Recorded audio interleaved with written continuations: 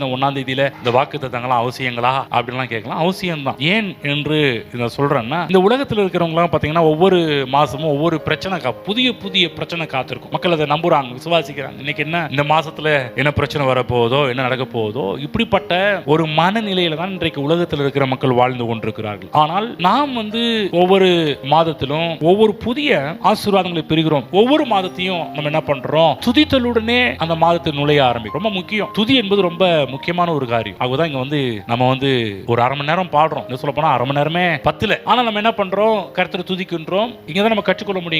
நம்ம துதித்தலை கற்றுக்கொள்வது ரொம்ப ரொம்ப அவசியமாக இருக்கிறது. சிக்கப்பட்ட நம்ம புதிய மனிதர்கள் தான். ஆனா சில நேரத்தில் நம்முடைய எண்ணங்களிலே சில காரியத்தை நம்ம தரித்து கொள்றோம். எண்ணங்கள்ல கோபம், எரிச்சல், தேவையில்லாத காரியங்கள் இதெல்லாம் இருக்கு இல்லையா, அதை தூக்கி எரிஞ்சிட்டு இன்னைக்கு தேவனுடைய வாக்குத்தத்தத்திலிருந்து வரக்கூடிய அந்த ஆடையை நம்ம அணிந்து கொள்ளும் போது, தரித்து கொள்ளும் போது, அதனால் வரக்கூடிய மகிமை, பலன் எல்லாவற்றையும் நாம் பெற்றுக்கொள்ள ஆரம்பிப்போம்.